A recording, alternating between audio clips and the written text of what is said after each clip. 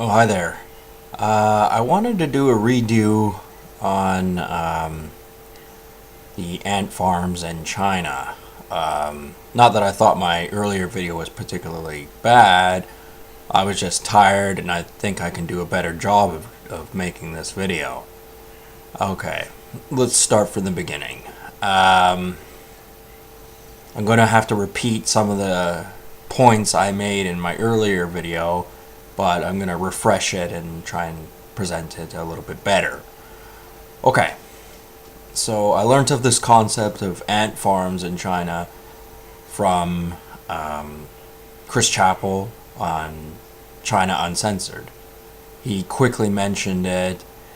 He said it was underground living quarters for Chinese college students, and there was a picture of two college students on the computer in a white room. Well, that's part of the story, and it paints a less bleak picture of the thing, because China has a population of 1.5 billion people. Many people live in, as they would be called, ant farms. My impression is it's basically like a subterranean space where people occupy, and it's designed to have levels, almost like a prison, where assumingly it gets worse and worse the further you go down. A few big doors, enough people around, and it could very well be a prison. It's creepy because there could be thousands upon thousands of people living in small areas. Probably most likely in the industrial sector, because China does have a large farming area, which is getting smaller, by the way, where they live in squalor as well, but they don't have modern conveniences like Apple phones and other electronics that the Chinese make, so the Chinese populace is able to buy them at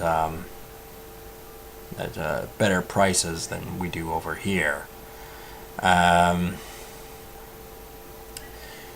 reason why an ant farm is a scary concept is because most of the people that live in these type of quarters are going to be poor. They're going to be destitute. It's going to be, close to squalor conditions.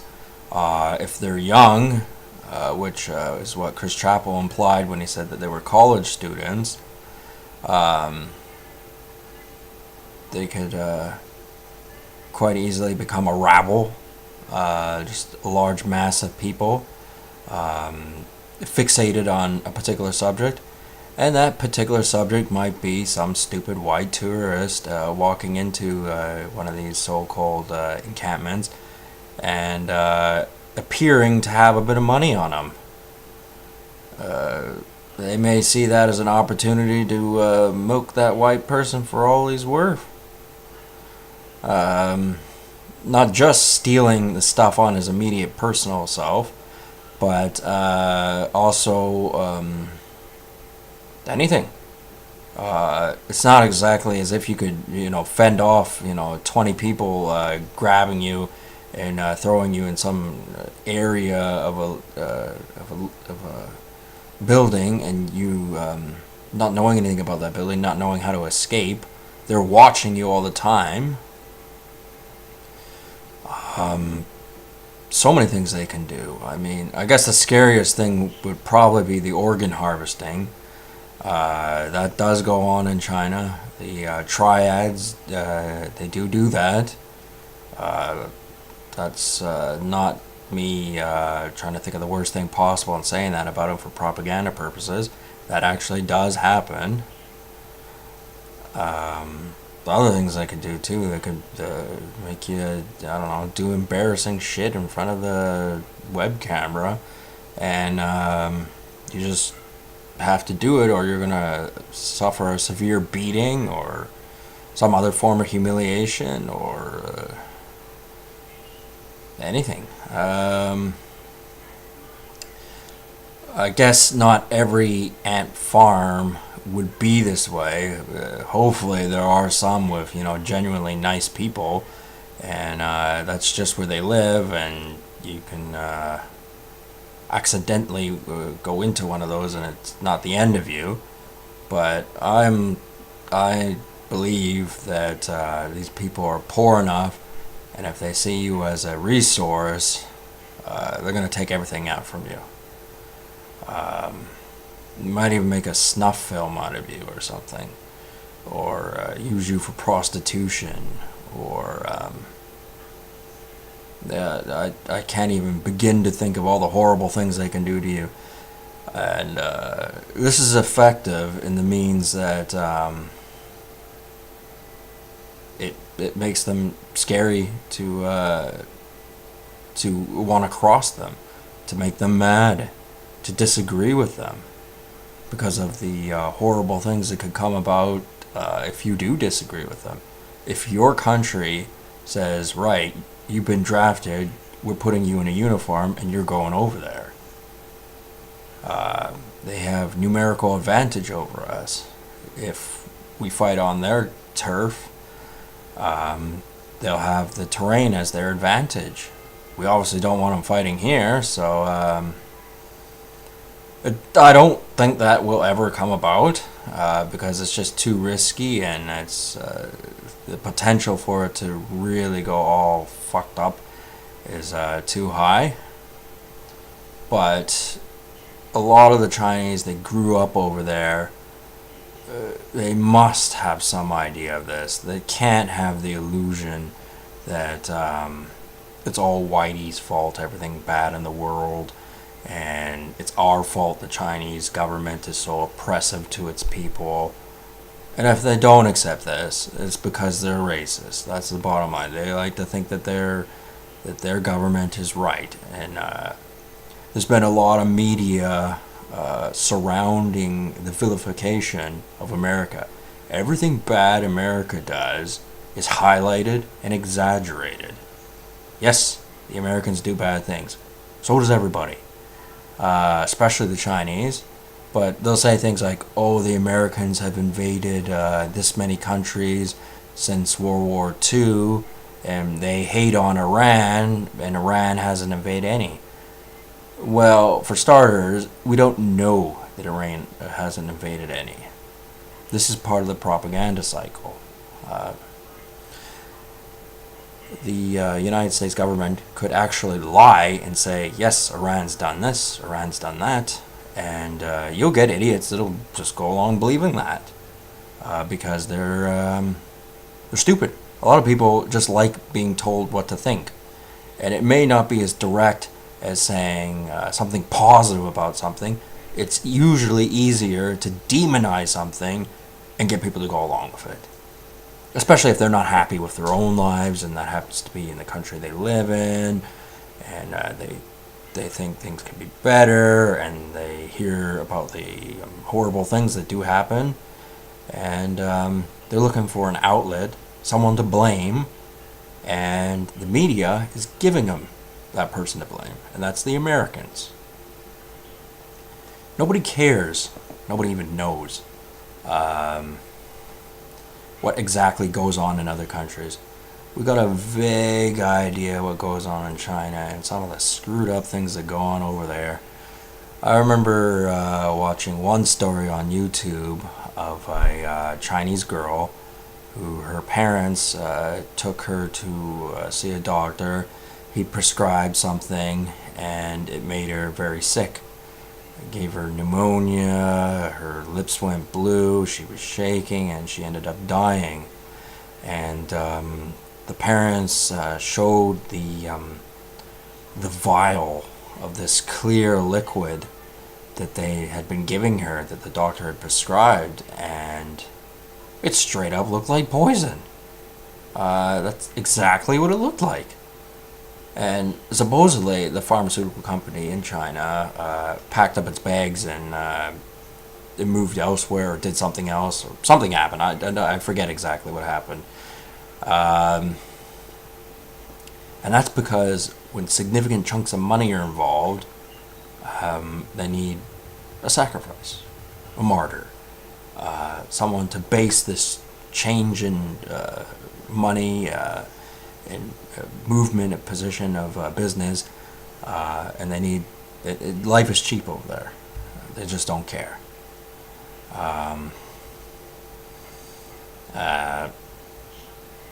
It isn't the same thing over here, but if a pharmaceutical company is wrong about something, rest assured, if it's because of a few people or even just one person, they are still going to be pissed off at you. In the olden days, they'd probably send thugs around to go beat you up. But now they want to be a little bit more covert about it. They want to be mysterious and faceless, and you're never quite sure exactly what happened, because they send the authorities over and they pitch a story to you, and they stay to their story, and you can never get the truth out of them. But anyway, I'm swerving off topic. I wanted to talk about ant farms. They're effective for military purpose. In the Vietnam War, the tunnels that were everywhere, they were scary places to go to. You couldn't pay me enough money to go into one of those places. The North Koreans have made invasion tunnels into South Korea. I'm sure those have been dismantled and destroyed by South Korean and American forces, but they most certainly have made their own within North Korea under the dictatorship of, well, Kim Jong-il and now Kim Jong-un. It's almost like an insect strategy. You burrow into the ground, and you live in squalid, muddy conditions away from the sun. You hide and you strike with opportunistic sleaziness, and it leads to a very spooky situation. And I had thought of this concept before, because I watched a movie from, I think, 2007 or 2008, something like that, called Tunnel Rats, and I already knew a bit from my studies on Vietnam of the tunnels before that anyway. I knew it was in well practice. I didn't have a name to call it, and that's a bit stupidity on my part. I should have just made up my own name for it, but I didn't. Anyway, ant farm seems to be an appropriate term for it. So anyway, you look on the Google, you look on the YouTube, you click in China ant farm. You figure you get some results, but you won't. It'll take you to a black girl pop singer. I don't know, I didn't listen to any of her music. I think she has a TV show or something too. Just no description, nothing. And this is important because people do travel to China, and they ought to know that there are places like that where you could be abducted, and any unspeakable, horrible thing could happen to you, and nobody would know. Because you may have a cell phone, but they know that. They know it's going to be in one of two places, your left pocket or your right pocket, and they're going to take it off you right off the bat. You ain't going to have the time to dial anyone, not that you could dial anyone, and the Chinese government is going to know that these sort of things happen, and they ain't going to care. They're going to pretend they don't know. Meanwhile, behind the scenes, they're laughing about it. The American government, or any Western government, does not have the jurisdiction to enforce any laws or rules for you, even if you're an important person. In fact, if you're an important person, you will know about it. But will you warn anybody? No, you won't. Because they need other people to actually go to China. and things like this to do business, to oversee the manufacturing, businesses, everything else, all the other reasons why they gotta go there.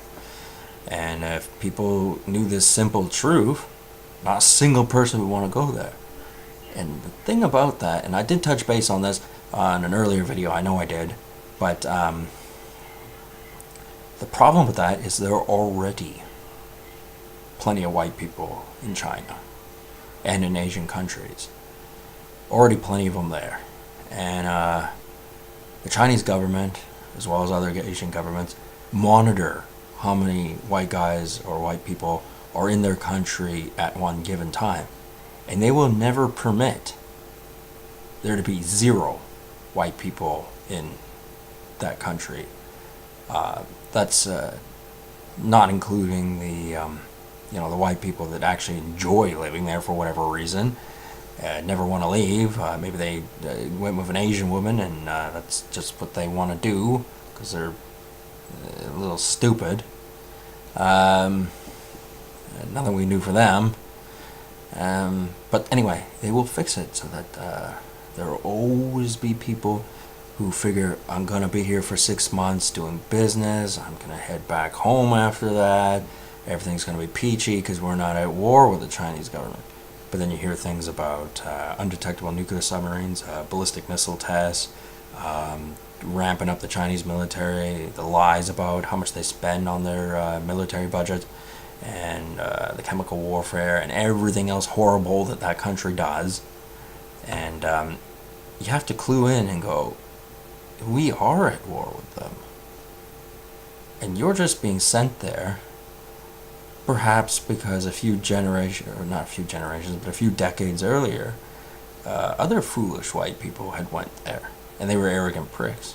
But they were relatives or friends of important people in government positions. So, the thing is, given that, they will not discourage your common everyday folk from going there because they need new people to go over there, to promote tourism and all that other kind of crap over there. And that alleviates pressure on them. Because if they can't convince other white people to go to Asia, then they're the only ones there, and the Chinese government's losing out, and they're left holding the bag. It's a shitty thing to say, but people, they gotta know. You go to Asia at your own peril. It don't matter if they got smiles on their faces and they're pleasant to you and all that. They may be the ones you deal with genuinely nice people, but they will get on their hands and knees as soon as the military or the gangs or whatever strolls through their city, town, village, whatever, and they will hand you over to them. Because if they don't, they will suffer the brunt of this military power. And they don't want that. They know that. So, they themselves may not wish you any harm, but they need those tourist dollars too. So, they're going to say, hey, come on over here, you'll have fun. Maybe you go to Thailand and go to a strip club or something like that. Have fun. But it's a secret. You could get in a lot of trouble, and you may not have done anything wrong. In fact, most cases, the people that went there hadn't done anything wrong. But the fact that you're white, you come from a wealthy country, maybe you're fat, I don't know, maybe they're jealous, maybe you think you have too much money and you don't work very hard, and they work very hard and they got no money, they're jealous of you. Maybe this is a significant problem.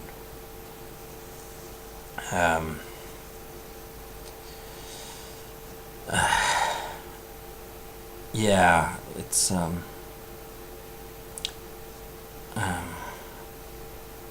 I like just informing people of this very simple problem.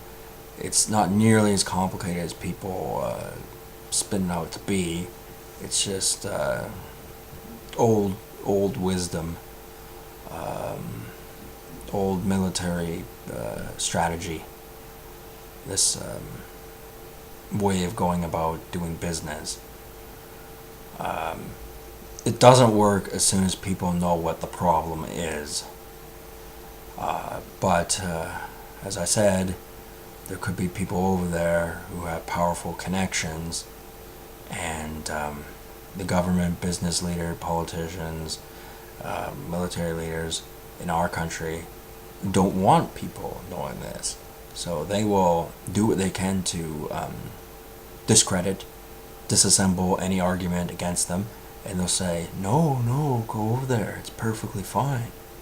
Have a conversation with me, and I'll debunk what they have to say, because their strategy is to say as little as possible, and they'll use certain words as mechanisms to prevent you from criticizing them, from second guessing them, or for disagreeing with them. And sometimes it's as little as a grunt or a growl, like I said in my video about the Raditidine or whatever. It's not a particularly intelligent argument. Anybody can do that. But you'd be surprised. It actually works as far as establishing your dominance of authority. Is to just, beat your chest and appear to be the more powerful ape. It doesn't work on a critical thinker, though. This is a shitty situation that really, it keeps me up at night, I got my own personal problems, but knowing that this kind of shit is going on in other places of the world is really fucked up, And people go, why did you bring up Thailand, North Korea, Vietnam? They aren't the same country as China, blah, blah, blah. This is true, they're not. They have their own language, own history, own military history, their own economy, their own fishing rights, and things like that. But the thing is, they are still governed by a secret government in China, because China just has massive army, massive resources, and these countries can't stop them. There's no way they can. The only ones that can are the South Koreans and the Japanese, and possibly the Indonesians and Filipinos. I don't really know. I don't think so. They're not really technologically advanced, and I don't think America has the military strength in the region to enforce the protection of those countries. But the Japanese can take care of themselves. They have their own ballistic missiles and other things, and same with the South Koreans. But a place like Thailand, it's an illusion. People go there and go, it's cheap to go there, I'm there to have fun, and this, that, and the other, and it's just like, it's next door to China. China's massive army. It can come in and out of there as you wish.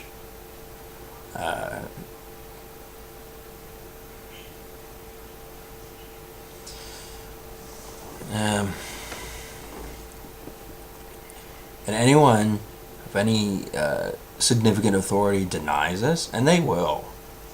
They're just lying. Okay? People in power are crazy a lot of the times. They can be assholes, and they lie.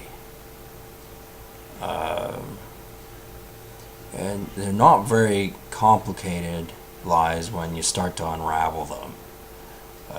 They're a lot simpler than people think. It's just, there's no media available that contradicts their authority. Some people, they like to think the best of others. They like to think, oh, these things don't happen in those countries. And maybe it's because they're used to that kind of stuff not happening in their own country. Like, I could stroll downtown and dress in fancy clothes and eat in fancy restaurants and look like a spoiled rich kid. Nothing. Nothing has ever happened to me the entire time I've ever done that. I mean, I may get a few people going, "Ew, nice jersey, bud," or something like that, or "Can you spare some change, sir?" or some shit like that. And one time, actually, funny enough, I just bought a mirror, and I heard this guy go steal that from that guy. And then I turn around and I look, and he's like this behind me, and I'm like, what is he doing? And then I just quickly walked around and got a crowd of people between me and him, and then I crossed the street, and he was just like, he had that look like he's too far gone. And I just thought it was funny. But anyway, that's add a little bit of humor to a deep, dark, ugly subject. When I said the pharmaceutical companies, if it's because of a small group of people or even one person is the reason why they lose out on a bunch of money, they're going to hate on that group of people or that one person. And the thing is, that's the exact same thing that would happen if enough people woke up to the idea of what could potentially happen to you if you go to China. You could end up in one of these ant farms, never be seen again.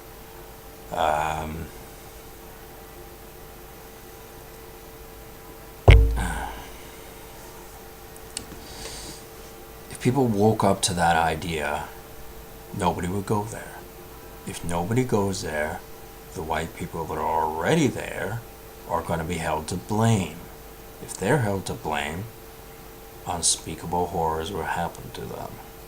They can never escape fast enough. And the Western governments don't have the jurisdiction to enforce laws within the country without starting a full-out war.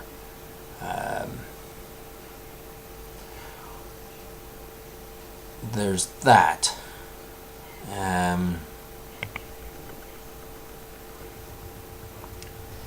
Yeah, the world is a scary place, you know.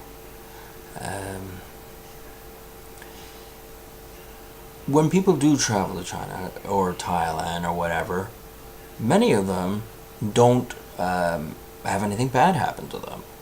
They go there, they come back, nothing happened to them. If they're well behaved, that is. That's one thing. But that's because the airports that travel between North America or Europe or wherever to Asia, they go to certain areas where it's been brokered out in a deal that they're there as tourists, they're there to spend money, they're there to go home. That's part of the deal. But when you travel to those places, there are people in authority who not only know that, but they know other things. They know China could come knocking on the door anytime. If relations, business-wise or economic-wise or military-wise, go sour, they take that into consideration. Maybe they have a preconceived bias against white people because they're just jealous because we have so much money and they don't. They will keep an eye on you when you're there. And sometimes they're just looking for an excuse to get you. Maybe they think you're criminally insane. Maybe they think you're there to promote terrorism. Or any excuse. And they can come get you. And do bad things to you. And they'll enjoy doing it. There's so many different factors that people do not take into consideration when they travel to Thailand, Vietnam, and all those other places. And it's stupid mentality that gives them this illusion of protection. Like, it used to be that if you slapped a Canadian flag on your backpack, you'd be fine, because if you went to Vietnam, the Canadians didn't go into Vietnam, it was the Americans. But to be honest with you, if a Vietnam guy who his father was a Viet Cong guy or something like that. Maybe he has a bias against white people anyway. Sees you ain't gonna notice the difference between a white Canadian or a white American. He's just gonna go, "You're a white guy, close enough." I mean, we're the same way when it comes to Asians. You think I know the difference between the dialect of for someone from Thailand as opposed to Vietnam or Laos or Cambodia? You think I know the difference? You think I care? I don't.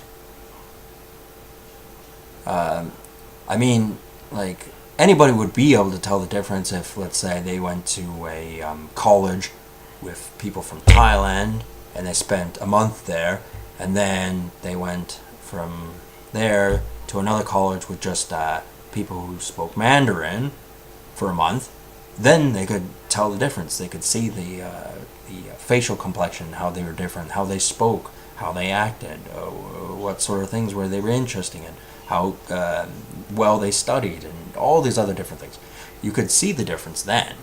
But if it's just like it is in the city I live in, or it's just like a mishmash of predominantly Cantonese and Mandarin, but there are little bits of other Asians as well. You can't really tell the difference. You just go, "Oh, it's an Asian." And before they pull out the race card and go, "Oh, they're just painting them all with the same brush," they do the same thing with us. They don't know if you're American or if you're Canadian or whatever,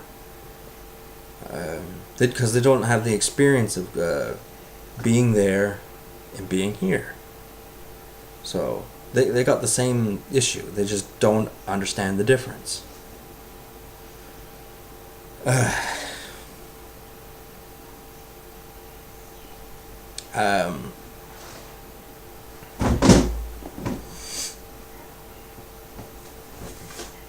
Yeah, I know this video, as well as many other videos I have made, will piss people off. Some people, for whatever reason, are gonna hate on this video. They're gonna go, "Oh, you have no evidence, you're biased, you're making up lies."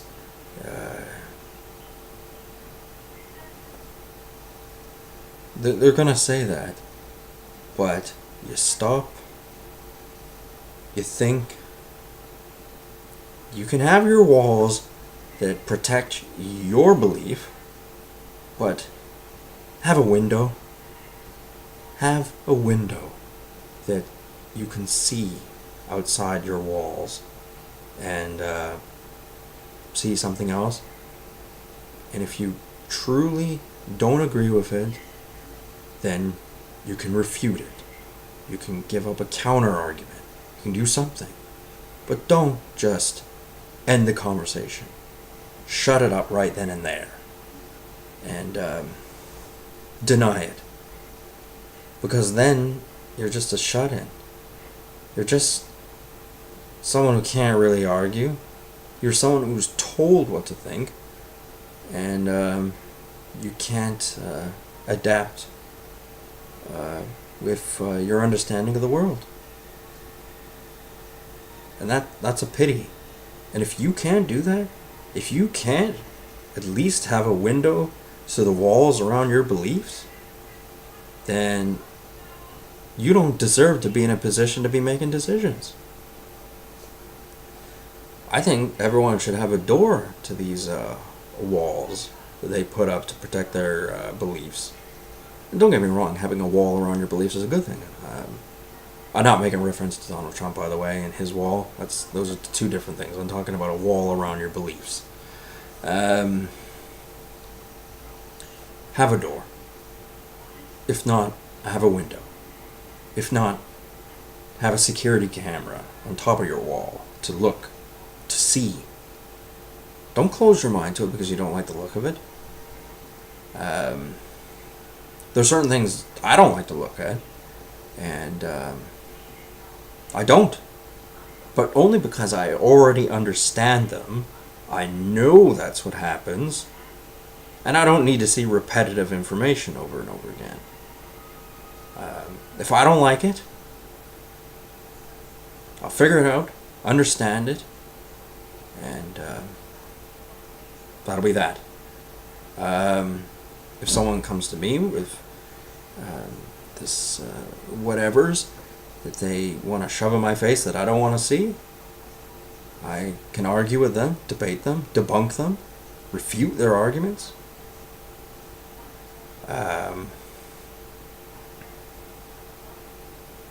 But I won't be able to change their minds because there's so many people who are set in their ways and they just will not open to reason. Anyway,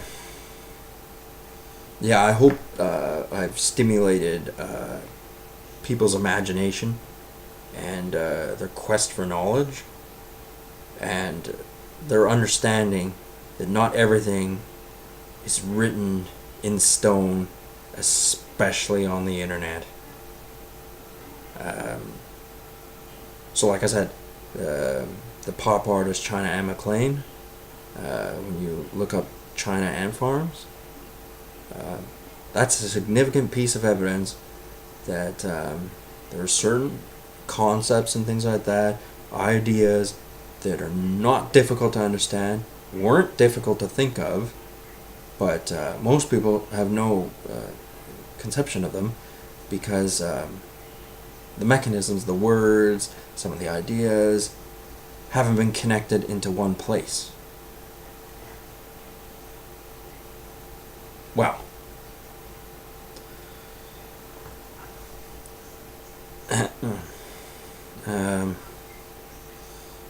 Yeah, just really stop and think. That's all I'm asking. Anyway, talk to you guys later. Have a good one.